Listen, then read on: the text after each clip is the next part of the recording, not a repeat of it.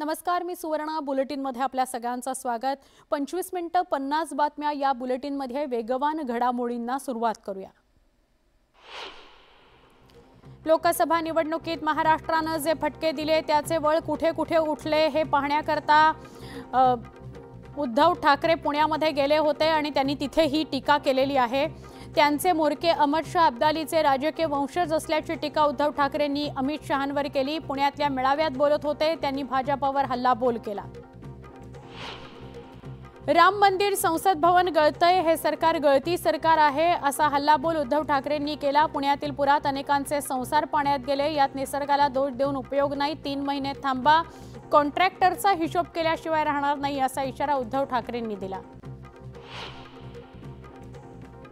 भाजपला पैशाचा विकार झालाय, सत्तेसाठी माणसं फोडतायत, सत्तेसाठी वाटेल ते हा सत्ता जिहादच आहे अशी घणाघाती टीका उद्धव ठाकरेंनी केली। शिवसेना म्हणजे धगधगती मशाल आहे, हा लढा उद्धव ठाकरेंचा किंवा शिवसेनेचा नाही, हा लढा छत्रपतींच्या महाराष्ट्राचा आहे असं उद्धव ठाकरे म्हणाले। उद्धव ठाकरे वैफल्यग्रस्त आहेत, त्यामुळेच त्यांच्या डोक्यावर परिणाम झालाय, त्यांचा ताबा सुटलाय, त्यांच्यावर काय उत्तर द्यावं असं म्हणत उपमुख्यमंत्री देवेंद्र फडणवीस यांनी उद्धव ठाकरेंना टोला लगावला। ठाकरे खरंच औरंगजेब फॅन क्लबचे सदस्य झालेत अशा शब्दात त्यांनी अमित शहांवरील टीकेला उत्तर दिलं। जोपर्यंत फडणवीस आहेत तोपर्यंत सत्ता मिळू शकत नाही, यावर महाविकास आघाडीच्या नेत्यांचं ठाम मत झाल्यामुळे त्यांचं सर्वात मोठं टार्गेट आपणच आहोत अशी टीका देवेंद्र फडणवीसांनी केली। नागपुरात झालेल्या कार्यकर्ता मेळाव्यात ते बोलत होते। तुम्ही जिहादी राजकीय झालात असं म्हणत प्रवीण दरेकर यांनी उद्धव ठाकरेंवर जोरदार हल्लाबोल केला। ठाकरेंना सत्तेची चटक लागली, घराला पडलेला खड्डा आधी बुजवा, शिवसेनेला लागलेली गळती आधी थांबवा, मग भाजपच्या नेत्यांवर टीका करा असा सल्ला त्यांनी ठाकरेंना दिला आहे। मंत्री गिरीश महाजन यांनी पुन्हा एकदा उद्धव ठाकरेंवर निशाणा साधला। ठाकरेंनी फडणवीसांवर केलेल्या टीकेला यावेळी त्यांनी उत्तर दिलं। ठाकरे जे बोलले ती महाराष्ट्राची संस्कृती नाही, मात्र आम्ही आमची पातळी सोडणार नाही असं गिरीश महाजन म्हणाले। सत्ता गेली आणि आता पुन्हा सत्ता येणार नाही, त्यामुळे उद्धव ठाकरे वैफल्यग्रस्त झालेत असं म्हणत मंत्री राधाकृष्ण विखे पाटील यांनी उद्धव ठाकरेंना टोला लगावला। महाराष्ट्राचं राजकारणात सभ्यता आहे, त्यामुळे उद्धव ठाकरेंच्या तोंडी हे टीकेचे शब्द शोभत नाहीत अशा शब्दात त्यांनी फडणवीस आणि शहांवरील टीकेला उत्तर दिलं।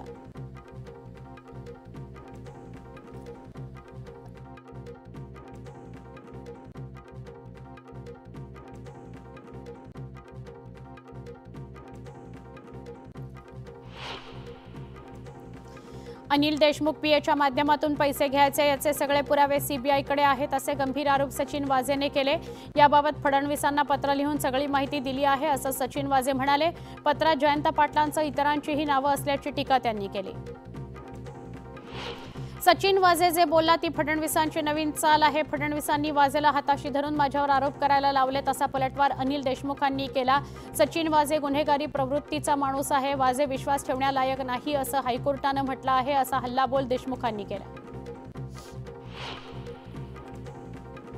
बातमी जरांगेंची, राज्य सरकारचं शिष्टमंडळ आज मनोज जरांगेंना भेटलं। भेटीनंतर जरांगेंनी सरकारला 13 दिवसाचा सरकारवर निशाणा साधलाय। 13 ऑगस्टला पर्यंत सरकारला वेळ दिली होती आणि आता अजून वेळ देतो, पण 29 ऑगस्टला मी भूमिका जाहीर करीन जर सरकारनं निर्णय घेतला नाही तर असं जरांगेंनी म्हटलंय। आरक्षणाच्या जीवावर सरकारनं राजकारण केल्याची टीका जरांगेंनी केली।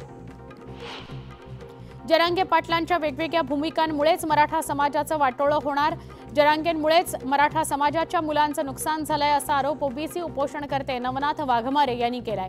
तर जरांगेंचा 288 उमेदवार उभा करण्याचा दावाही फुसका आहे असा टोलाही त्यांनी लगावला। शिर्डीत राधाकृष्ण विखे पाटलांनी मराठा आरक्षणावरून मवियावर जोरदार हल्लाबोल केला। महाविकास आघाडीच्या नेत्यांचा खोटारडेपणा आता उघड पडलाय। मराठा आरक्षणाचा निर्णय फडणवीस मुख्यमंत्री असताना सगळ्यात आधी केला, मात्र महाभकास आघाडीचं सरकार आल्यावर तो निर्णय टिकू शकला नाही अशा शब्दात विखेंनी मवियावर निशाणा साधला। लव जिहाद आणि लँड जिहादच्या मुद्द्यावरून भाजपनं आक्रमक पवित्रा घेतला। हिंदू अन्याय सहन करणार नाही तसा इशारा आमदार नितेश राणेंनी दिलाय। मुंबईतील चेंबूरमधील श्रद्धांजली सभेत अरविंद वैश्य आणि यशस्वी शिंदेला श्रद्धांजली अर्पण करण्यात आली। प्रकाश आंबेडकरांनी केलेल्या वक्तव्याचा शेकापचे नेते जयंत पाटील यांनी निषेध केला। आम्ही आंदोलन करताना किंवा विरोध करताना गाड्या अडवल्या, मात्र कधी तोडफोड केली नाही, त्यामुळे संपवण्याची भाषा करणं योग्य नाही असं ते म्हणाले। इगतपुरीचे काँग्रेसचे आमदार हिरामण खोसकर यांनी छगन भुजबळांची भेट घेतली। गेल्या काही दिवसांपासून खोसकर विधान परिषदेमध्ये क्रॉस वोटिंग, अजित पवारांची भेट, त्यानंतर मुख्यमंत्र्यांची भेट आणि आता भुजबळांची भेट घेत आहेत, त्यामुळे चर्चेत आहेत। विधान परिषदेमध्ये काँग्रेसच्या फुटलेल्या आमदारांवर कारवाई करण्यात आली अशी माहिती नाना पटोलेंनी दिली। फुटलेल्या आमदारांना आगामी विधानसभा निवडणुकीत उमेदवारी दिली जाणार नसल्याचं सूचक विधान नाना पटोलेंनी केलं। नाशिकच्या इगतपुरीत पावसाचं थैमान बघायला मिळालं। इगतपुरी परिसरातील दरेवाडी गावातील रस्त्यांवर पावसाचं पाणी साचलं, तर परिसरातील घरांमध्ये पाणी शिरलं। ग्रामस्थांची मोठी गैरसोय झाली।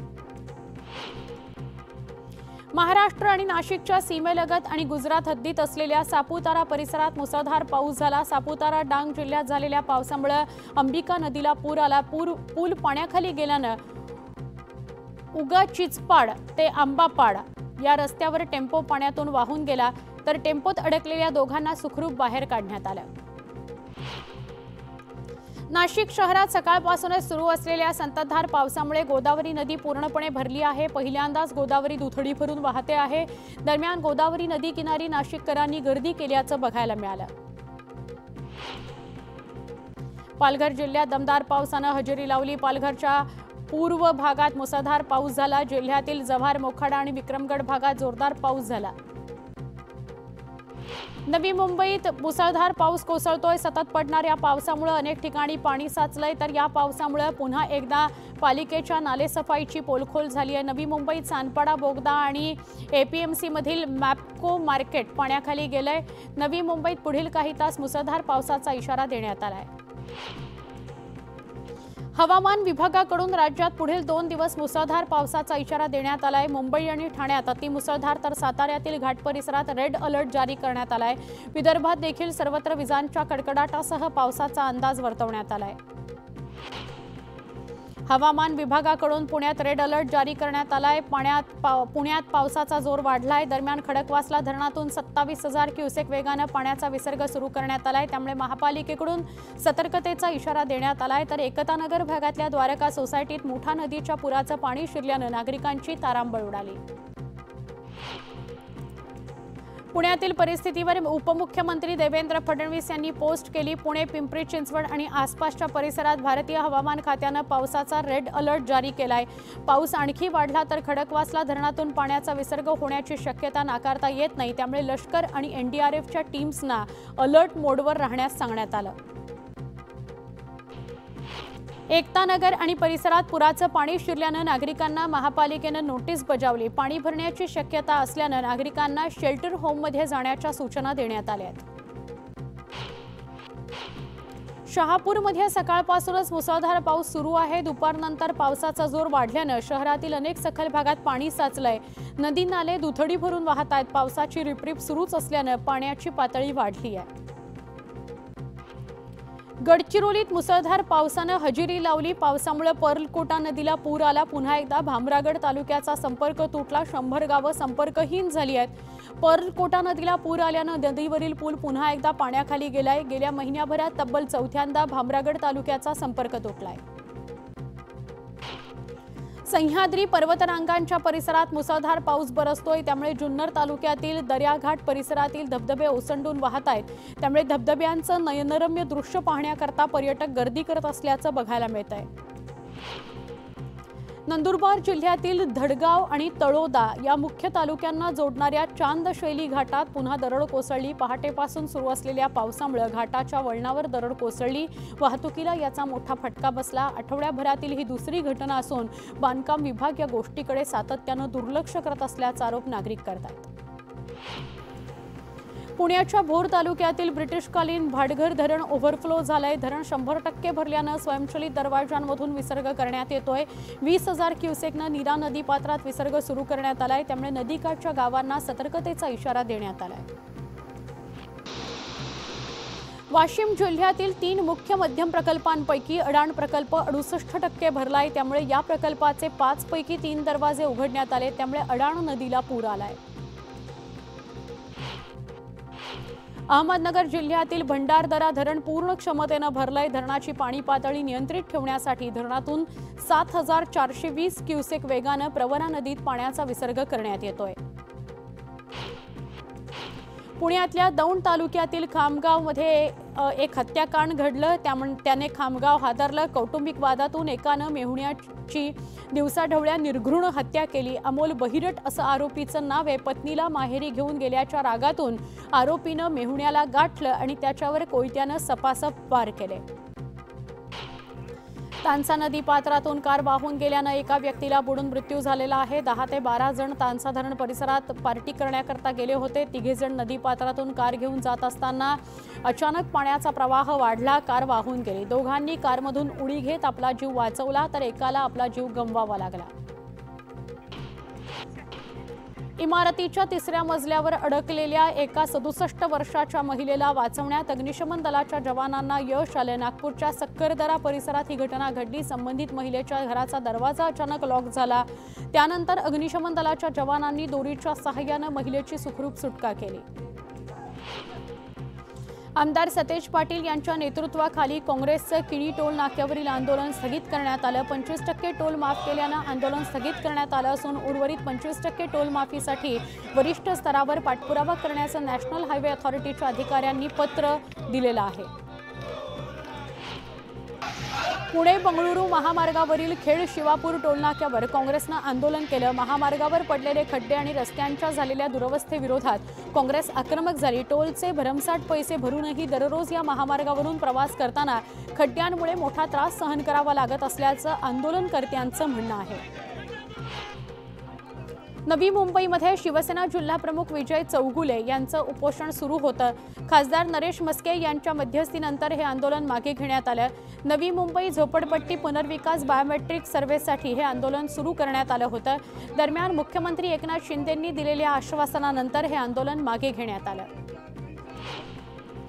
उल्हासनगरात धर्मांतराचा मुद्दा ऐरणीवर आलाय। मुस्लिम धर्म स्वीकारलेल्या मुलीच्या आईनं 10 जणांविरोधात पोलीस ठाण्यात तक्रार केली।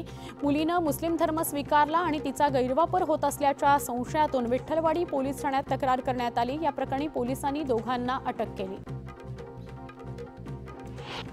बीड नगरपालिकेच्या वतीनं 6 वर्षांपूर्वी तब्बल 2 कोटी 23 लाख रुपये खर्च करून शेतकरी आणि व्यापाऱ्यासाठी वातानुकूलित भाजी मंडई उभारण्यात आली। मात्र नगरपालिकेच्या हलगर्जीपणामुळे ही 2 मजली इमारत लोकार्पणाविना धूळ खात पडली आहे। वाशिम जिल्ह्यातील बाभुळ गावात स्मशानभूमी नसल्यानं भर पावसात अंत्यसंस्कार करण्याची वेळ ग्रामस्थांवर आली आहे। स्मशानभूमीच्या बांधकामासाठी निधी आला आहे, मात्र अद्याप ग्रामपंचायतीच्या वतीनं बांधकाम सुरू झालेलं नाही, त्यामुळे ग्रामस्थांनी संताप व्यक्त केला। अकोल्यातील हिवरखेड भागात मुसळधार पावसामुळे नालेसफाईच्या कामांची पोलखोल झाली। नाल्यांमधील पाणी रस्त्यावर आल्यामुळे नागरिकांना प्रचंड अडचणींचा सामना करावा लागतोय। या विरोधात नागरिकांनी नगरपालिकेविरोधात ठिय्या आंदोलन केलं। दरम्यान पालिका कार्यालयाला कुलूप असल्यानं नागरिकांनी संताप व्यक्त केला। नंदुरबार जिल्ह्यात रस्त्याच्या अभावी दुर्गम भागातील नागरिकांना अनेक समस्यांचा सामना करावा लागतो। धडगाव तालुक्यातील बुन्नीपाडा इथल्या गर्भवती महिलेला उदय नदीतील पुराच्या पाण्यातून झोळीच्या सहाय्यानं वाट काढत रुग्णालयात न्यावं लागलं। यात 7 किलोमीटर पायी प्रवास करत ग्रामस्थांनी रुग्णालय गाठलं।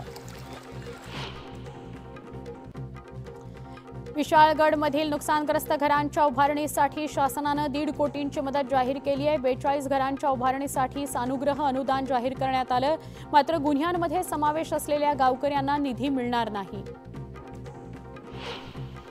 दापोली इथल्या पाडले समुद्र किनाऱ्यालगत असलेल्या डोंगराचे मोठ्या प्रमाणात सपाटीकरण करण्यात आले। तब्बल 700 बंगल्यांचा प्रकल्प बांधला जातोय। यासाठी डोंगर माथ्यावर प्रचंड प्रमाणात वृक्षतोड करण्यात आली, त्यामुळे डोंगराच्या पायथ्याशी असणाऱ्या पाडले कोंड या गावातल्या घरांजवळ दरडी कोसळण्याची घटना घडते आहे, त्यामुळे ग्रामस्थांमध्ये भीती आहे। यवतमाळ जिल्ह्यात डेंग्यूनं थैमान घातलंय। एका महिन्यात डेंग्यूचे 37 रुग्ण आढळलेत। आरोग्य यंत्रणा सतर्क झाली आहे। सध्या आरोग्य विभागाकडून शहरात आणि ग्रामीण भागात तपासणी मोहीम राबवण्यात येते। नागरिकांना काळजी घेण्याचं आवाहन आरोग्य विभागानं केलं आहे। एक छोटासा ब्रेक पहा, फक्त 25 मिनिटं 50 बातम्या। बुलेटिनमध्ये स्वागत. आता पुढच्या बातम्या. शिरूरच्या करंदी गावातील कार बॅटरी चोरणाऱ्या टोळीचा पोलिसांनी पर्दाफाश केला. भारत गॅस फाटा परिसरात उभ्या असलेल्या कारमधील बॅटरी चोरीला जात होत्या. या संदर्भात तक्रार दाखल होताच पोलिसांनी 3 आरोपींना अटक केली. अंबरनाथच्या बोहनोली गावाजवळ धोकादायक आणि बेकायदेशीर पद्धतीनं गॅस सिलेंडरचा कारखाना सुरू होता. या कारखान्यात घरगुती सिलेंडरमधील गॅस व्यावसायिक सिलेंडरमध्ये भरला जात होता. पोलिसांनी माहिती मिळताच छापा टाकला. या कारवाईत 500च्या वर सिलेंडरचा साठा जप्त करण्यात आलाय.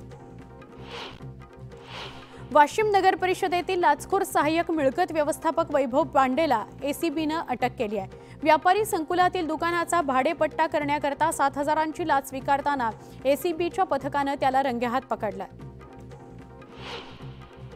धुळे जिल्ह्यात एका पोलिसाने दुसऱ्या पोलिसाकडून लाच घेतल्याचा प्रकार समोर आलाय. या प्रकरणी लाचखोर लिपिकाला धुळे एसीबीच्या पथकानं अटक केली आहे. या कारवाईमुळे पोलीस विभागात खळबळ उडाली आहे. बुलेटिनमध्ये इतकंच. पहा फक्त न्यूज 18 लोकमत.